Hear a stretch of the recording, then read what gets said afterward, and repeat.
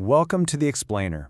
Today we're diving into a really fascinating intersection of medicine, how ancient therapies, like acupuncture and herbal medicine, can be a powerful support system for anyone on a modern IVF journey. So if you're going through IVF or even thinking about it, this question is probably top of mind.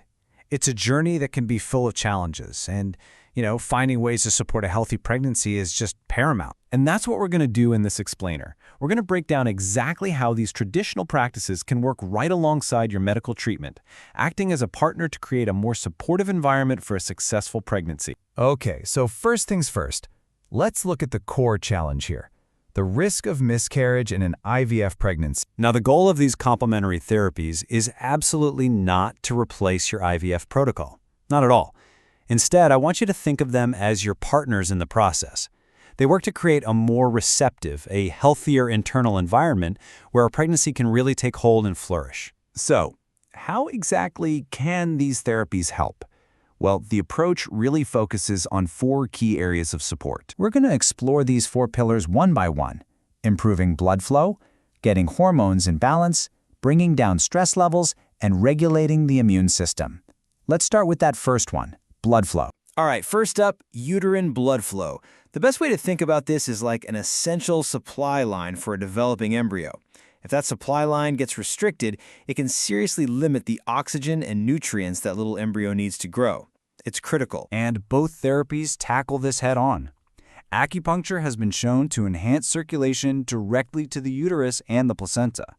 Meanwhile, specific herbs, like dengue, for example, are well known in traditional medicine for nourishing the uterus and promoting that vital blood flow. And, the research really backs this up. A 2012 study, for instance, found that acupuncture directly improved uterine blood flow and actually lowered miscarriage rates in pregnancies that were considered at risk. Let's move on to our second pillar, hormones. Hormones are basically the body's chemical messengers, and for a pregnancy to stick, you've got to have the right signals firing at the right time. If levels of key hormones are low, especially progesterone, it can be a huge hurdle. And here again, we see this two-pronged approach. Acupuncture can influence the body's main hormone control center, what's called the hypothalamic-pituitary-ovarian axis, to help stabilize those levels.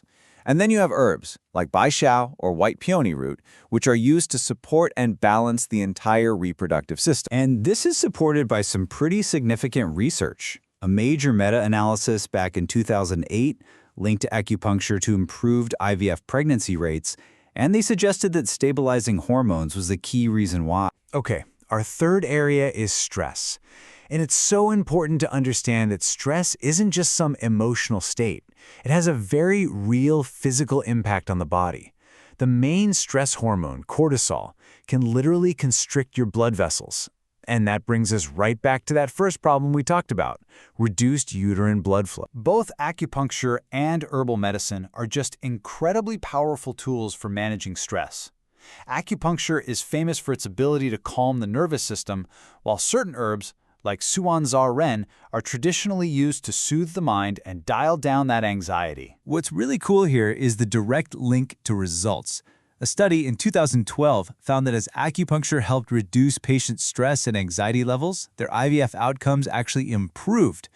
That's a direct correlation. And finally, our fourth pillar, the immune system. Think of your immune system as the body's protector, its security guard. But sometimes it can get a little overzealous and mistakenly identify a newly implanted embryo as some kind of foreign invader that it needs to attack. So the goal here is to modulate or balance that immune response. Acupuncture can help lower systemic inflammation, while herbs like Huang Qi or astragalus are used to help regulate the immune system, basically encouraging it to be more welcoming and less aggressive. And yep, you guessed it, research points to this as well. A 2011 study that looked at women with recurrent pregnancy loss found that acupuncture helped reduce inflammatory markers, creating a much more hospitable environment for a pregnancy. So let's just quickly pull all that together and recap how this all works. In a nutshell, both acupuncture and specific herbs work together as a team, improving blood flow, balancing those crucial hormones, lowering stress, and dialing in the immune system for really comprehensive support. All right, finally, let's get to what might be the most important part, safety, and what your next steps could look like. As we've seen, the evidence really does point towards some real, tangible benefits, with studies showing clear improvements in the key factors that are critical for IVF success. Okay, now this part is absolutely critical. This is not a do-it-yourself approach. For these therapies to be safe and effective, and this is especially true with herbal medicine, they must be guided by a trained, licensed professional who specializes in fertility.